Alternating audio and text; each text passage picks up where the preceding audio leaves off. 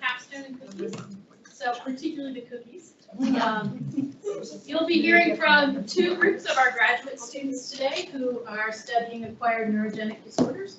So in particular, we've been studying traumatic brain injury, which many folks see lots of faces from language disorders. So this will help kind of enhance what we have been talking about in class. One of the things that I've been doing for several years now is thinking about social justice in relationship to acquired neurogenic disorders, dementia, traumatic brain injury, stroke, kind of anything that can happen to the developed brain. And recognizing how important it is for us to be not only aware of underrepresented groups, but to think about what are our roles as speech-language pathologists, graduate students, what should we be doing in terms of our careers. And one of the things that's really important for each of these different topics is that this isn't a speech problem. Right? Anytime we start thinking about intersectionalities, we need to get outside of our speech pathology, audiology bubble and bring in other disciplines. So one of the things that you hear with each of the groups is also they have recruited an expert to help give a different kind of perspective. There'll be time for questions at the end. Please know both of today's topics can be a little bit intense. So if at any point you feel like you just need to go to the bathroom, feel free. Give yourself some space. So thank you so much for joining us. All right. Give me just a sec, y'all.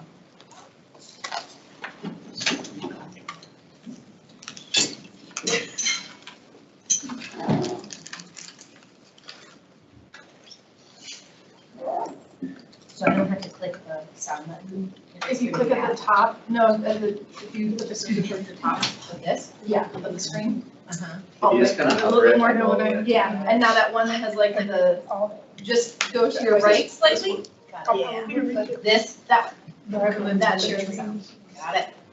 But they can't hear until they're that's about it. Right. Got it. Okay. Y'all are good. way to make it like. Yep.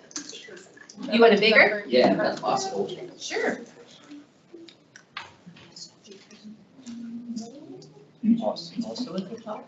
Shannon, you might need to sign in. It's saying sign in to edit, and this is where Shannon. If you sign in, then it should let you make it big. There you go.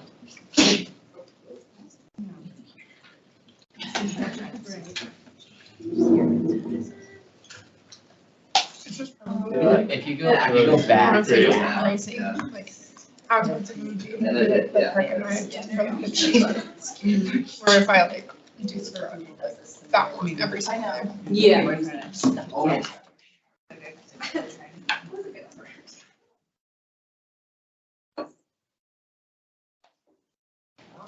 It's like doing math at the board when.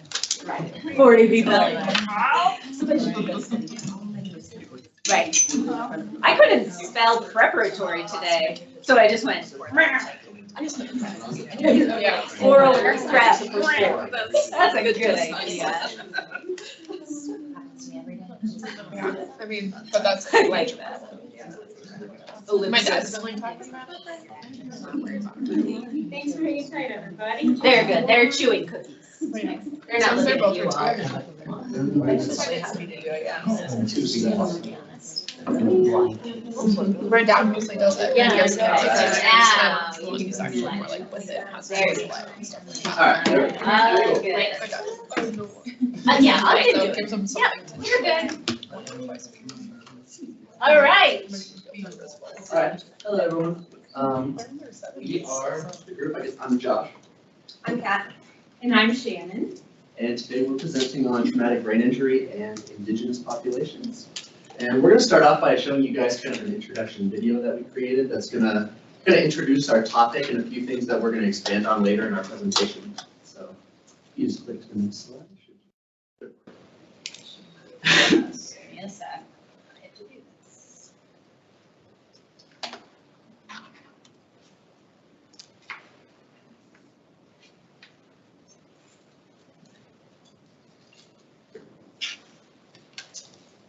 Indigenous peoples are defined as the descendants of the peoples who inhabited the Americas, the Pacific, and parts of Asia and Africa prior to European colonization.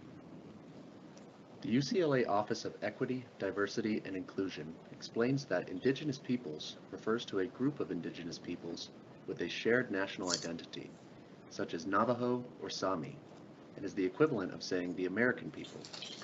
Native American and American Indian are terms used to refer to peoples living within what is now the United States prior to European contact. American Indians and Alaska Natives are defined as persons belonging to the tribal nations of the continental United States and the tribal nations and villages of Alaska. The National Congress of American Indians defines Native Americans as all Native people of the United States and its trust territories. Some examples are American Indians, Alaska Natives, Native Hawaiians, Chamorros, and American Samoans, as well as persons from Canadian First Nations and Indigenous communities in Mexico and Central and South America who are U.S. residents. Although when referring to the entire United States, terms like American Indian, Alaska Native, and Native American may be used, it is important to understand that the people of these tribal nations have unique identities, languages, and traditions. Although information may be true and relevant for one tribal nation, it is not necessarily true for all. There are 570 tribal nations, which are referred to as tribes, nations, bands, pueblos, communities, and native villages that have a formal nation-to-nation relationship with the U.S. government. 229 tribal nations are located in Alaska alone. There are 334 federally and state-recognized American Indian reservations across 35 states. In the U.S., Canada, and around the world, traumatic brain injury is the most prevalent source of accidental death, injury, and disability. Indigenous populations in North America have a reported greater prevalence of TBI, with 27 out of 100,000 TBI-related deaths compared to 18 out of 100,000 deaths in the population as a whole, reported in 2017. The American Speech and Hearing Association defines traumatic brain injury as a form of non-degenerative acquired brain injury resulting from an external physical force to the head, such as a fall or other mechanisms of displacement of the brain within the skull, such as a blast injury. TBI can cause focal brain damage, such as from a gunshot wound, or widespread damage, such as from a car accident. There are differing levels of severity with TBI, including concussion or mild TBI, moderate TBI, severe TBI, or penetrating TBI. The number of emergency department visits for American Indian and Alaska Native populations varies regionally across North America. Some of the factors that may lead to differences in TBI rates are availability to healthcare services, including distance to a healthcare facility, inconsistent implementation of TBI care practices, poverty level, rural environments, need for expanded tribal traffic safety legislation, and limited availability of law enforcement. Healthcare utilization and insurance coverage may vary regionally as well, especially in individuals with mild TBI, since these individuals may not seek medical care for this injury. A 2014 study conducted by Linton and Kim reported that of a sample of 1,763 Native Americans from the Arizona Trauma Database reported TBIs with multiple different etiologies determined by professionals in the ER. There were multiple different etiologies, but the two most common were transportation accident with 39% and violent assault or fight with 36.9%.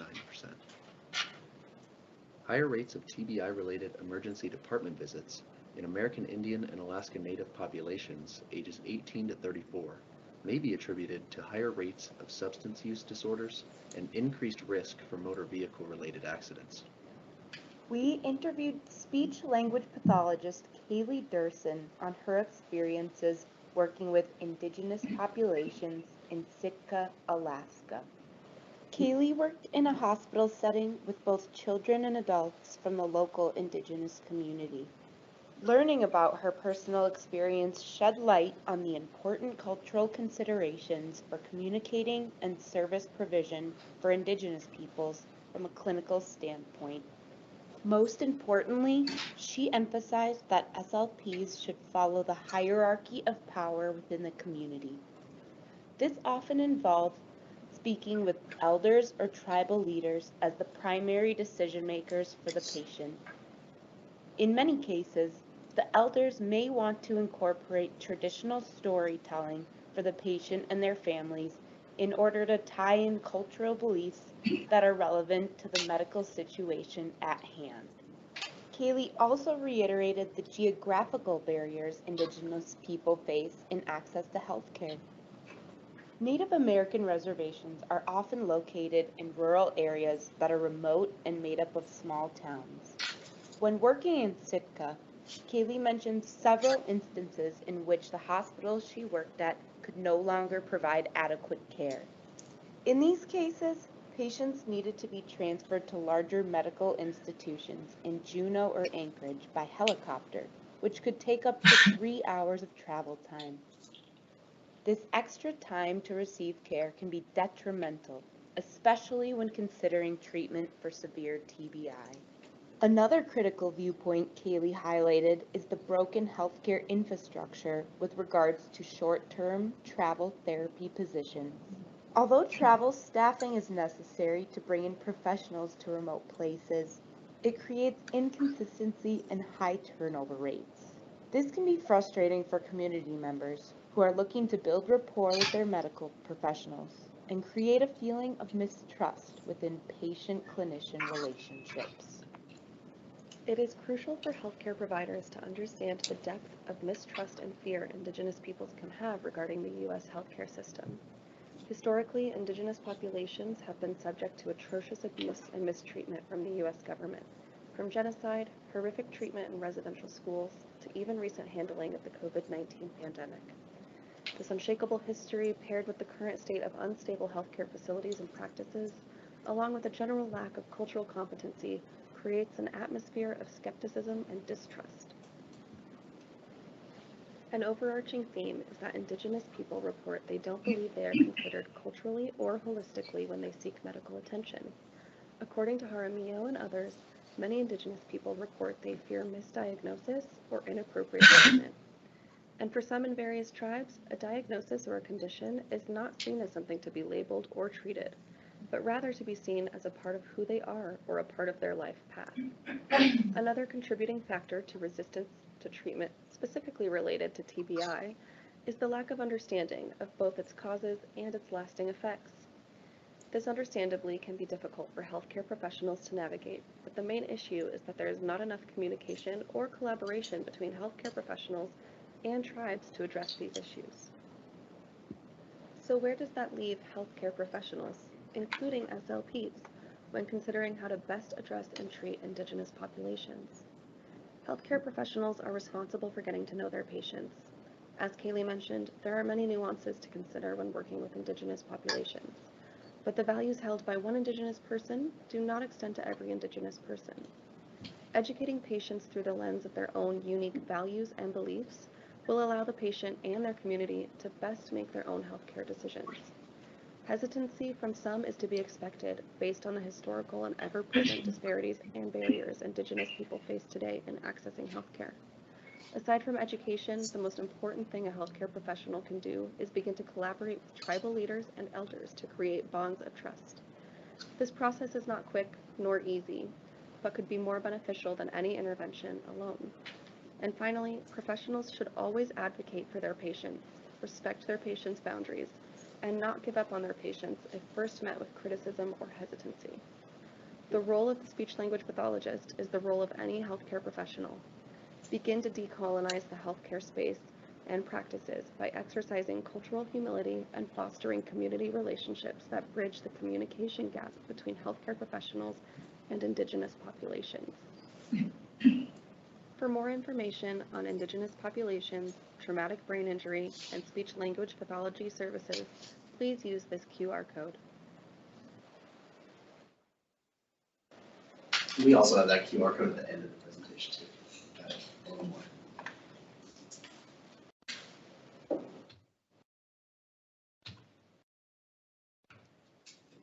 Okay, so thank you for watching the introduction video for this, and we kind of wanted to expand on a few points that were made in the video, and one of them that I first wanted to talk to was some commonalities in kind of communication profiles that these populations may have. And kind of before I go into it, it's important to point out that these are, what I'm about to discuss are commonalities found in Native American or Alaska Native populations. And like I said in the video, it may not be the same for all tribal nations. And also there are differing levels of severity of traumatic brain injury to consider as well. So one thing that I'm talking about here may not cover everything. So some commonalities that are found in Native American communication are the value of silence, especially if you are younger or not an elder. A lot of times, and Caeli spoke to this a little bit when we interviewed her, is a big part of their culture is storytelling. And she was specifically discussing communicating with elders. So maybe if they brought someone into the hospital setting where she worked, you would allow time as the practicing SLP or other professional to allow them to tell their story or describe from their point of view. And it's really important. Another important aspect, can you go to the slide actually, is another commonality is not expressing strong emotions verbally or non-verbally with people whom you don't know very well, especially if you're not in that elder position. So a couple of those are listed over there.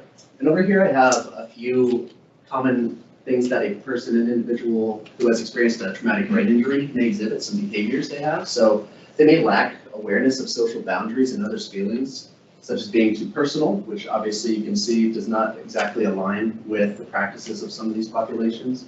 And they may say hurtful or insensitive things, act out of place, or behave in inconsiderate ways, kind of that impulsivity aspect that accompanies traumatic brain injury.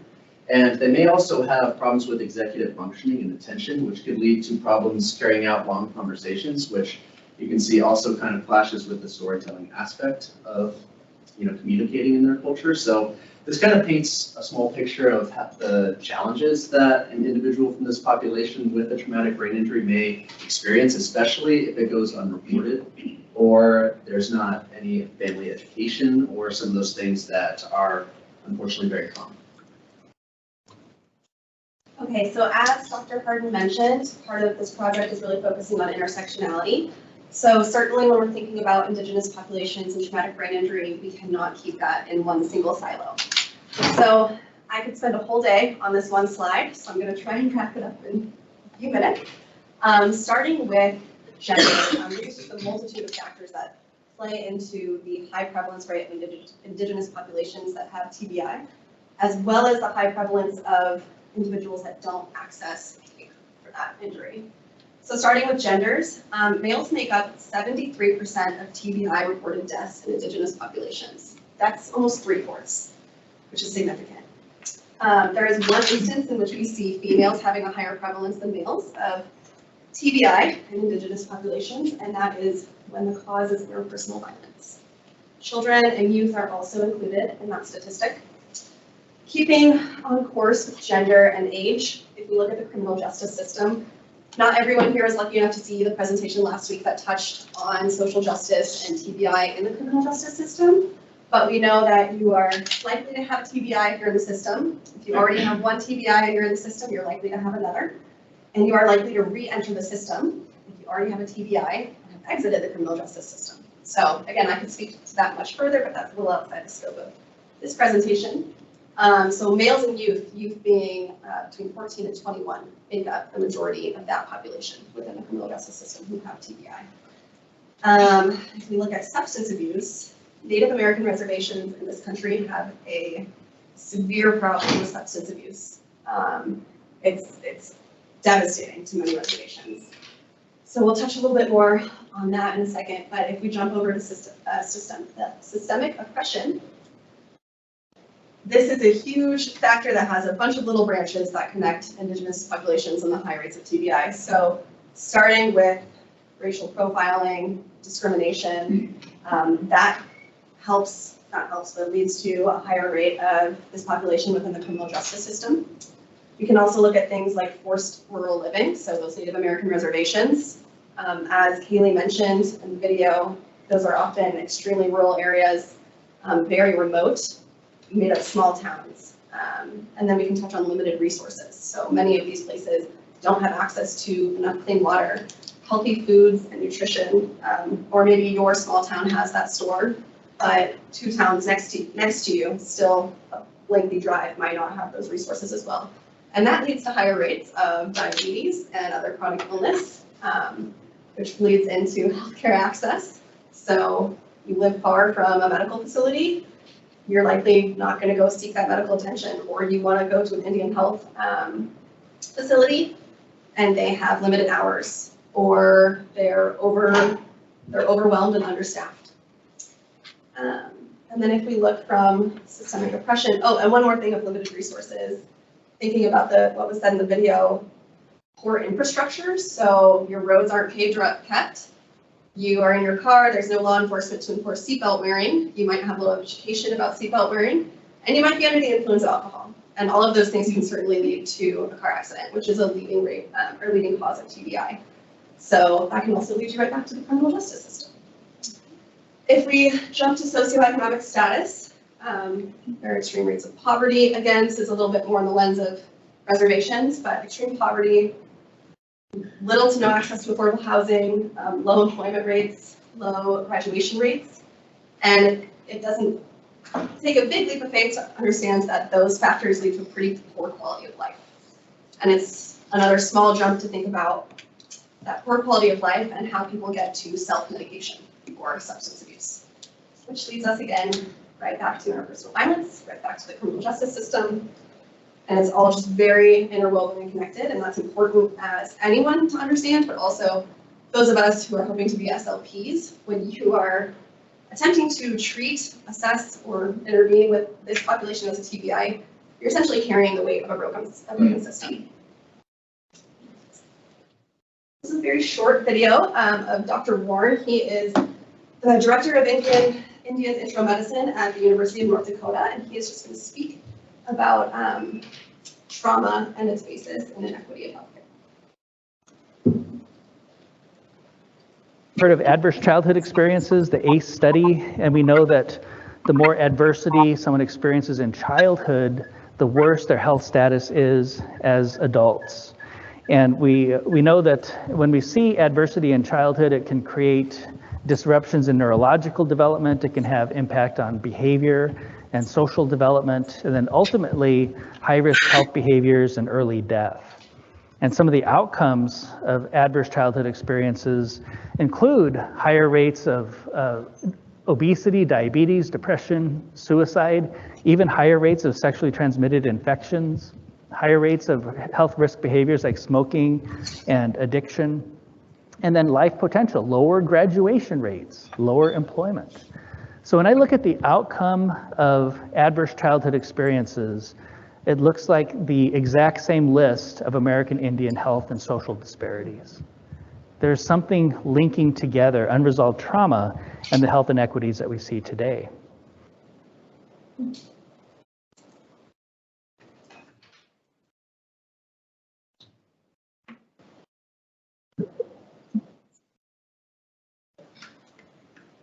Okay, so when thinking about how to provide culturally competent services for Indigenous populations, it is essential to first acknowledge the intergenerational historical trauma that's faced by many. Colonization is an ongoing process that continues to negatively impact Indigenous populations and their health. And as you can see here, this process is very cyclical and can be seen throughout generations. That is why we propose decolonization of speech-language pathology practice for Indigenous populations. Now, there's a few ways to look at this. First, we want to look at the historical, socio-political, and linguistic contexts and make sure to incorporate those in our treatment. Another important factor is to implement the principles of autonomy and justice as an ethical principle. As our responsibility as SLPs, it truly is our ethical responsibility to incorporate this in our practice. In 2016, a group of SLPs from both Indigenous and non-Indigenous populations held a roundtable discussion on how to improve the outcomes for Indigenous populations with TBI. As a result, they formulated the 9 principles of decolonizing attitudes. While the list is not exhaustive, it can be used as a very beneficial framework for SLPs to implement services and adapt as necessary to fit the needs of their clients. Just to provide an example, let's look at principle number 1, trust and relationship building. Now, we've touched on many of these points already, but some important factors that go into building trust in the relationships is to first remember the hierarchical manner of family communities. Also, it's important to use positive language. If we look at this belief, this cultural belief here, it says, accept what life brings. You cannot control many things. From this lens, it's important to realize that building a relationship is person first and in a positive light. So in this case, instead of explicitly diagnosing or labeling with a disorder, it may be advisable to instead refer to the patient as a patient in recovery, rather than labeling with a significant disorder. Again, this process is ongoing and fluid and reciprocal. It's a constant practice we all need to continue to self-reflect and also make sure we are keeping our clients' preferences and cultural beliefs in the first place.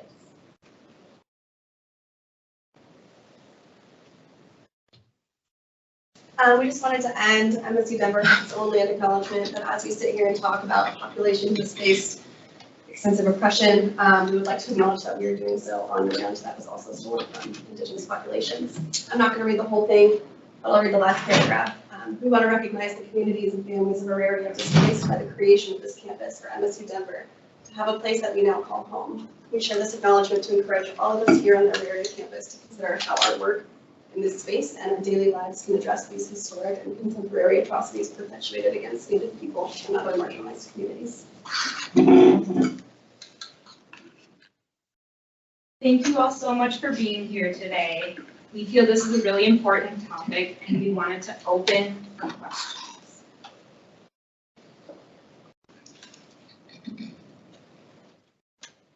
Shannon, would you just clarify in the video? You made an allusion to SLPs coming into rural communities, flying in. Could you just expand on that a little bit? Absolutely. So the SLP we spoke with, Caeli, was also a participant of these short-term travel therapy positions.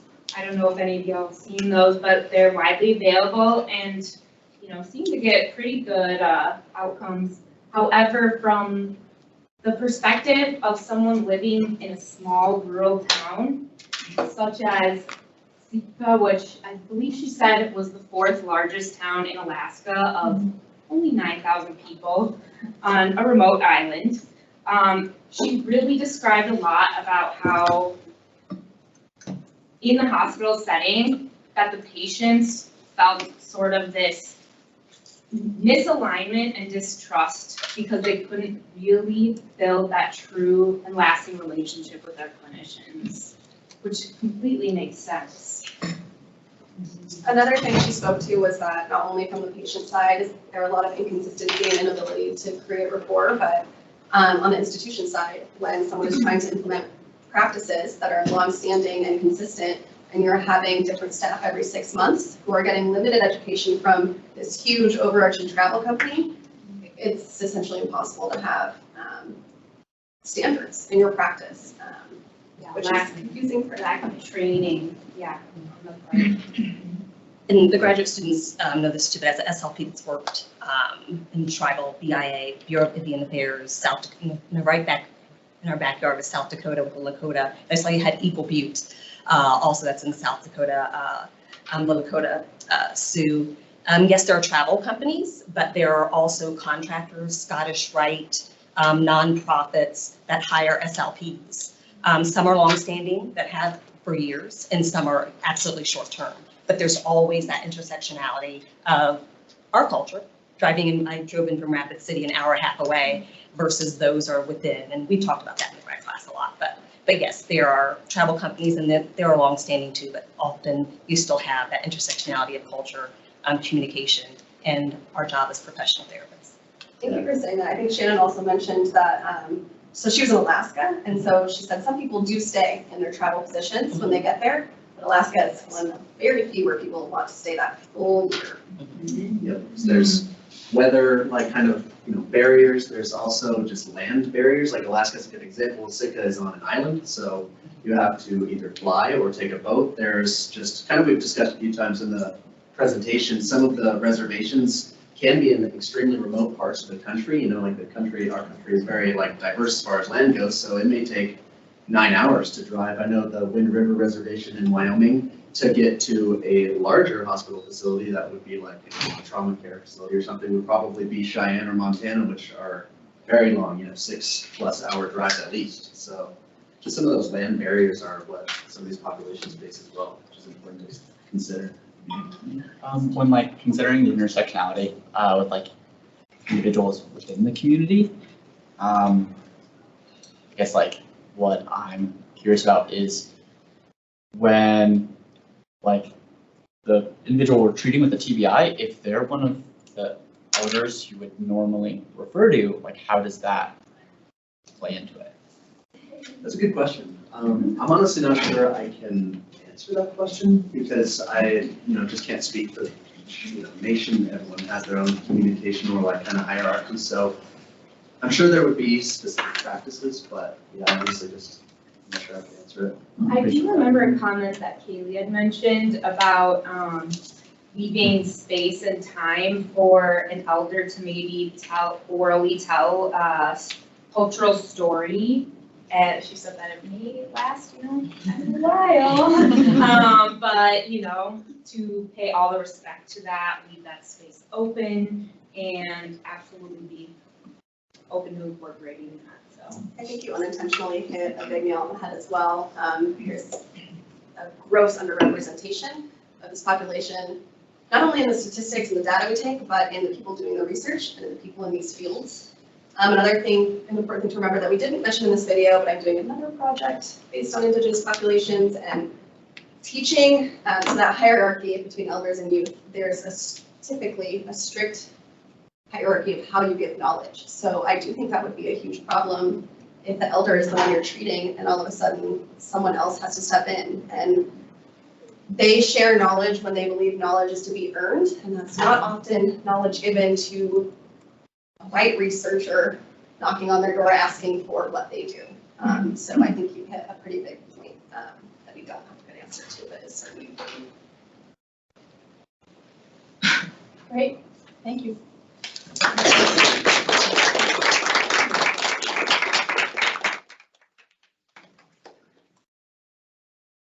Precariously housed in traumatic brain injury, also known as TBI. This is a preemptive video to our presentation, which will focus more on what SLP should know about working with this population. This video will provide background information on what traumatic brain injury is and who the precariously housed are. So let's get started by defining traumatic brain injury, or TBI. So TBI is an alteration in brain function or other evidence of brain pathology caused by an external force.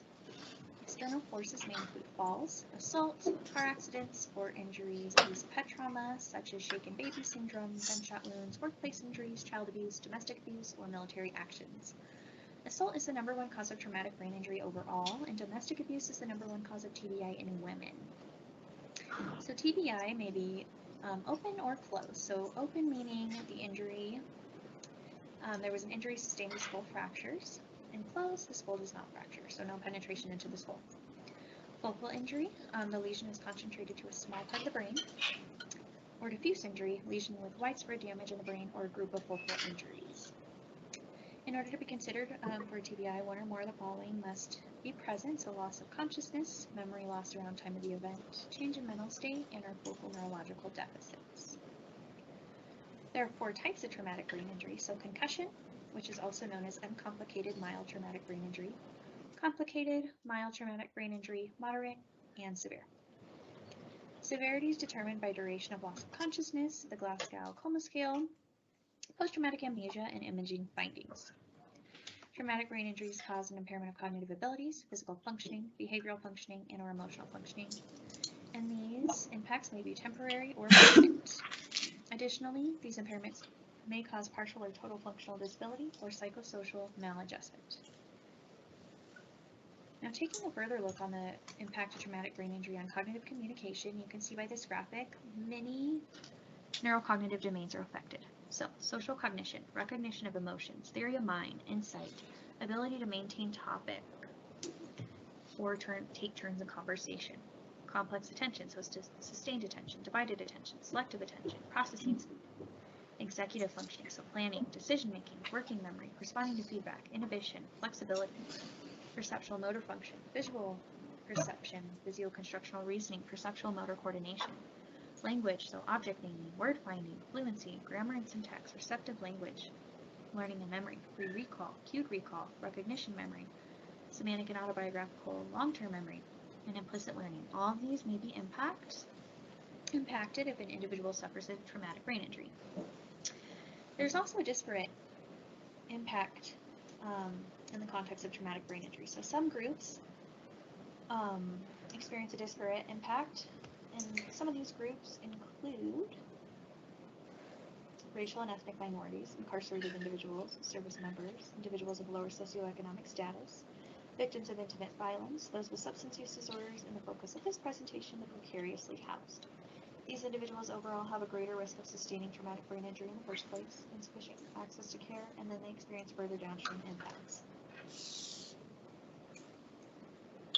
They experience poor access to rehab, poor health coverage, under-identification or misidentification of traumatic brain injury, systemic racism, decreased health literacy, or limited access to health care, worsening the overall situation. Now that we've kind of covered TBI, let's talk about who the precariously housed are. Usually individuals assume that these are individuals who live in tents or are just sleeping out on the street. However, this is not the case. The precariously housed includes individuals who live in shelters, in their vehicles, in motels, and who may just be couch surfing or in between places. Here are those factors kind of listed once again. And this graphic kind of describes the precariously housed and homeless a little bit further, but this is also in our presentation, so we'll touch a bit more on that in just a little bit. Alright, so now let's connect the two, traumatic brain injury and the precariously housed. So, there's a bidirectional relationship that exists between these two.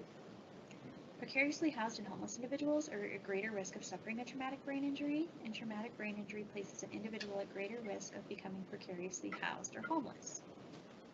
The precariously housed with traumatic brain injury experience poor health, physically, mentally, and higher rates of suicidality, poor functioning, including memory and all those factors we just discussed, increased health service use, and higher criminal justice system involvement.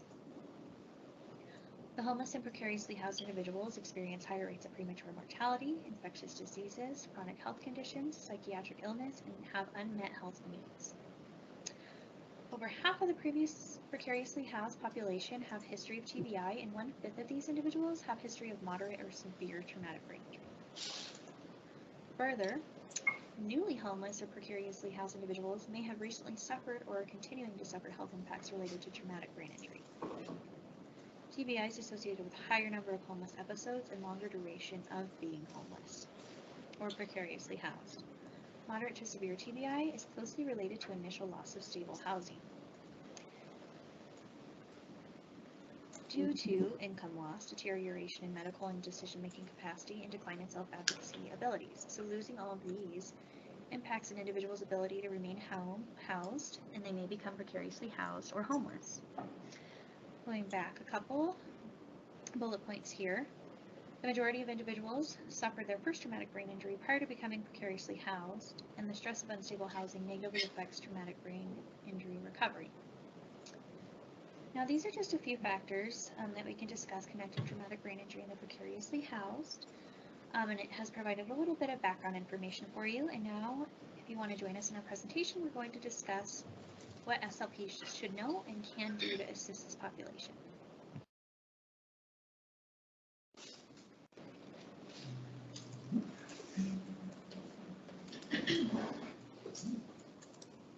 So the focus of our research is on the precariously housed and the links and intersectionalities between that and people who experience traumatic brain injury. If you want to skip ahead to slide 4 for me. It's estimated that more than 6 million people will experience homelessness in the United States and the European Union. As the video discusses, that does have poorer mental and physical health outcomes than the people who are homeless or precariously housed have poorer mental and physical health outcomes than the general population. There's a higher prevalence of psychotic disorders, major depression, drug and alcohol dependence, infectious diseases, and substantially all-cause morbidity. For TBI, it's also very common. 50 to 60 million people will experience some form of TBI in the globe. And it disproportionately does affect young people. It's actually one of the leading causes of death among children and adolescents. My research, Stubbs et al. Came up with some correlations that a history of TBI equals a younger age at which someone is likely to experience their first bout with homelessness. TBI is also associated with, as we said, all of these different intersectionalities, and there is a kind of a two-way street or a bidirectionality to these aspects. Poorer health, criminal justice involvement, suicidal risks, increased dependency on substance abuse. Next slide. 53.1% of people over the lifetime of being homeless have experienced some form of traumatic brain injury. The regular general population is around 21%, so 2 to 4 times higher when you are homeless or precariously housed.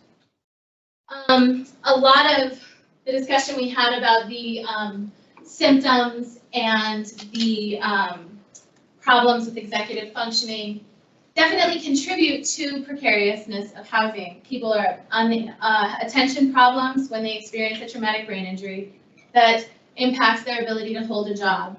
They have behavior and impulsivity that impacts their relationships. They can lose support systems pretty easily through side effects from their traumatic brain injury. In the next slide, it kind of talks about different aspects of executive functioning, trouble with thinking clearly, concentration, retaining new information. All of these can impact your ability to continue in a job, to maintain economic status, to continue in your work. If you have a very complicated job and you experience a traumatic brain injury and you are no longer able to do that, and some of your family supports can fall to the wayside as well. Can you skip 2 slides? 22.5% of people experiencing precariously housed or homelessness have moderate to severe TBI. This is where you're going to have increased executive responses that make it even harder to get yourself out of a situation where you are economically challenged. This is 10 times higher than our general population of 2.6%. Stubbs et al. Did a systematic review that included 38 studies between 1995 and 2018. The participants included people from Australia, Canada, Japan, South Korea, the UK, and the US. It was over 9,000 participants from homeless shelters, hostels, clinics, serving homeless populations in these regions. This is where they were able to collect this data and find this information. Can you move on to the next slide, please? So what they're finding is that TBI is both a cause and a consequence of homelessness. There's definitely a bidirectionality to the correlation. Continue. The most common mechanism of a TBI when you are precariously housed or homeless moves from falls in the general population to assault. the age of the first TBI for these populations is generally averaged at about 15 years old. There is a prevalence of aneurysms, 8%, up from 1% in the general population, in people who are homeless and precariously housed. There's also a prevalence of 11% brain infarction, which is dead tissue from blood loss, versus 3% in the general population. And these really and the really big part of the research is how bidirectional it is. Because you have a traumatic brain injury and you have all of these side effects to your, you become homeless, you have no safety, you are more increased to have assault, which, as we talked about in the previous presentation, leads to substance abuse, leads to more TBIs, leads to the risk of homelessness and residential instability.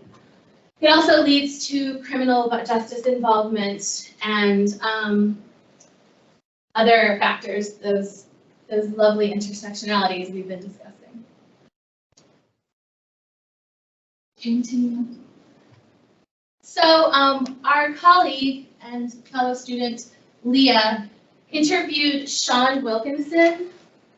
He is a friend of Leah's, and he helps people with substance abuse disorders find competitive jobs in the community. They discussed some of the barriers that precariously housed people face, and he mentions that it's nearly impossible to separate the toll of brain injury from the stress of homelessness. When helping someone find a job, this all combines into something like hell, and then some hard work and luck hopefully ends in hope. He discusses how paperwork to secure housing is incredibly daunting and requires intact executive functioning and planning, which often is the biggest hurdle to people experiencing traumatic brain injury. Can you scoot down one more slide? I interviewed Laura Simpkins, who is a data analyst at the Family Tree. This organization does all kinds of outreach. It's a nonprofit organization that does all kinds of community outreach. However, they work very, very closely with the homeless and precariously housed population. I was asking her about the link between literacy and literacy rates among homeless people, just to kind of get some ideas on how this can also be a factor and an intersectionality that these populations face. And she said that they have decided that they have a default 5th grade reading level for any communications that they have towards at-risk populations. That has been found to be the most effective way to communicate with large groups of them and allow them to have their understanding. She talks about some big barriers to the access of these community resources, the distrust of the system, which is prevalent in all kinds of traumatized individuals and homeless individuals. But she also talks about the daunting paperwork and requirements. And she talks about how oftentimes these people are forced to retell their story to this organization and that organization in order to access care. And it gets to the point where they just don't want to do it anymore. So she talks about how a lot of what they do in their program is by asking blanket questions that don't require someone to go into every detail. She talks about different support services that the Family Tree offers, and she tiers it in levels of barriers. So she said one of their first levels of support is for homeless prevention. These are people who have been evicted, lost their job, possibly in the early stages of traumatic brain injury. These people need maybe a month's rent to help them get back on their feet. Smaller hurdles to cross. The next level is rapid supportive housing, and these are people that need help for 6 months or more in order to secure their housing. And she said the final and highest barriers are people who need permanent supportive housing. These are people who have been homeless for 4+ years. These people are often alone, she said, And these people are often they've often burned every bridge. They don't have other people they can lean on, and they're often very isolated, and they are the hardest to help. She also talked about another thing that I found really kind of daunting is the street to the emergency room pipeline. When you are homeless, there's just a highway to the hospital. And she said that a really good resource in looking into this would be nurses at Denver Health, because they are the ones who really see these kind of traumatic brain injuries and the homeless population. She also talks about the street to prison pipeline. So in many cases, these intersectionalities causes a vicious circle that makes it even harder to get out of the situation. Her quote is that a big barrier is that there's very little resources devoted to the prevention of homelessness. And she said that their research indicates that it works. She said it isn't sexy because it is difficult to collect longitudinal data and document the successes due to the transient nature of this population. It's much easier to secure funding and collect data on success rates after an individual is already unhoused. Due to this binary nature, they were homeless and now they're not homeless. It makes a better picture for their records. There's a video media. Not in the order we would. So I found some really interesting community resources and videos that have been talking about this. As you probably know, Denver has a huge homeless population problem. So it's often in our news. So there's two legislative events that just happened, if you want to start with that one.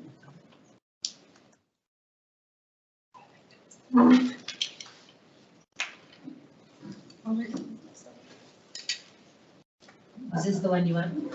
Addressing homelessness? Yeah, I think so.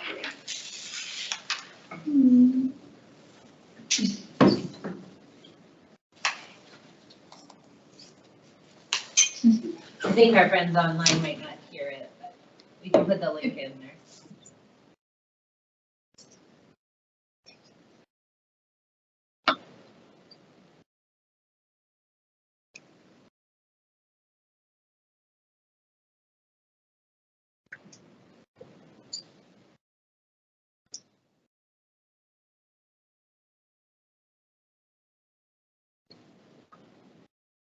You can delete this. Name, not the right one. Traci. Okay. I'll skip to, it doesn't look like my videos are working for me, so I want to skip to the important thing about what SLPs can do, but there are some really cool things going on in Denver on that media page. And we'll share it out. Okay, so I'll talk a little bit more about what SLPs can do, because obviously most of us in here are kind of heading in that direction. So first, and of utmost importance, treatment must be functional. When you're considering the precariously housed, they don't have a stable place that they're staying, nor a stable place to receive treatment, most likely. So you must be highly flexible. That might include serving them at night, serving them at shelters, serving them at different locations every time you see them. Flexible treating locations, as I just mentioned. And determining the highest priorities for the individual. So what do they really want to gain from treatment? It's going to be highly variable, especially depending on their severity of the TBI. Functional treatment and case management, as I just said, and then assessing the patient as a whole person and all of the experiences they've had thus far being homeless and precariously housed with a TBI. As far as professional advocacy, SLPs play an important role in promoting health literacy. So maintaining, processing and understanding basic health information and services to make appropriate health decisions and follow instructions for treatment. This is often impacted individuals with TBI, and these are decreased abilities. They have increased difficulties processing and using health information, so they might not even know how to seek health care.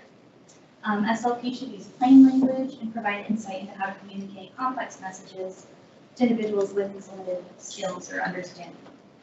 Now, something that we have kind of thought about is graduate program outreach. So, as I mentioned, highly flexible with your treatment. So this could include graduate cohorts, advocating for health literacy, providing screenings and intervention services for the precariously housed. St. Elizabeth's Church is really close to campus, and at 11 a.m. every day, they serve food to the precariously housed and hungry. And so we were thinking a potential opportunity could be maybe in an area of the church. The graduate cohort goes over there maybe once or twice a week to do screenings, provide information on TBI, and provide intervention services. This could be widespread over the country. I know our clinic provides services free of charge. So if other graduate programs are doing that as well, it might make sense for them to do something similar.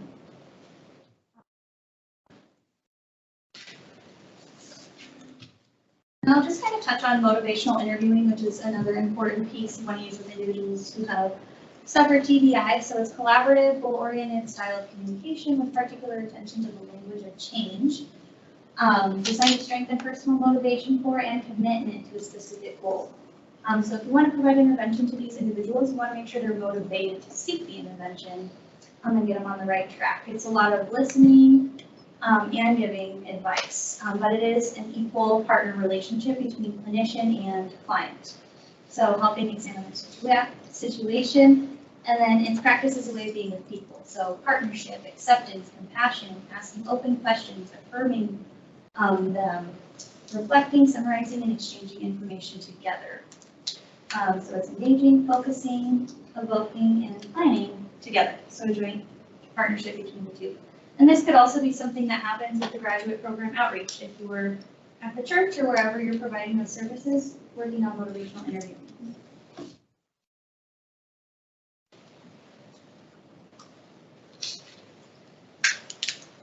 That was neatly combined, those two slides.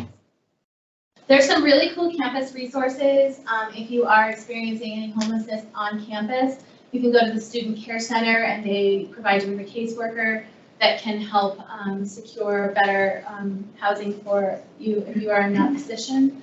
We put St. Elizabeth's of Hungary, which is the church, on campus as well.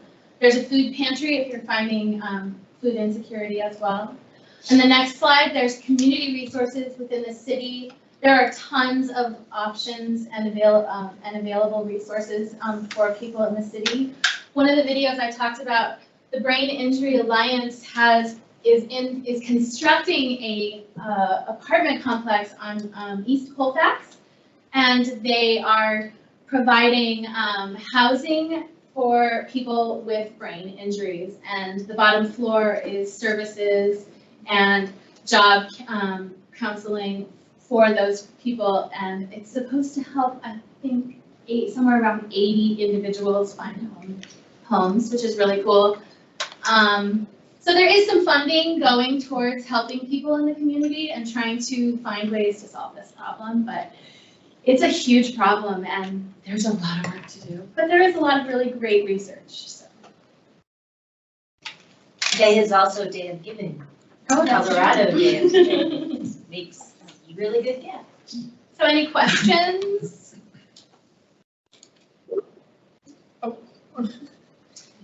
You do have a question from online. How common is it for unhoused people to receive frequent long-term treatment for TBI?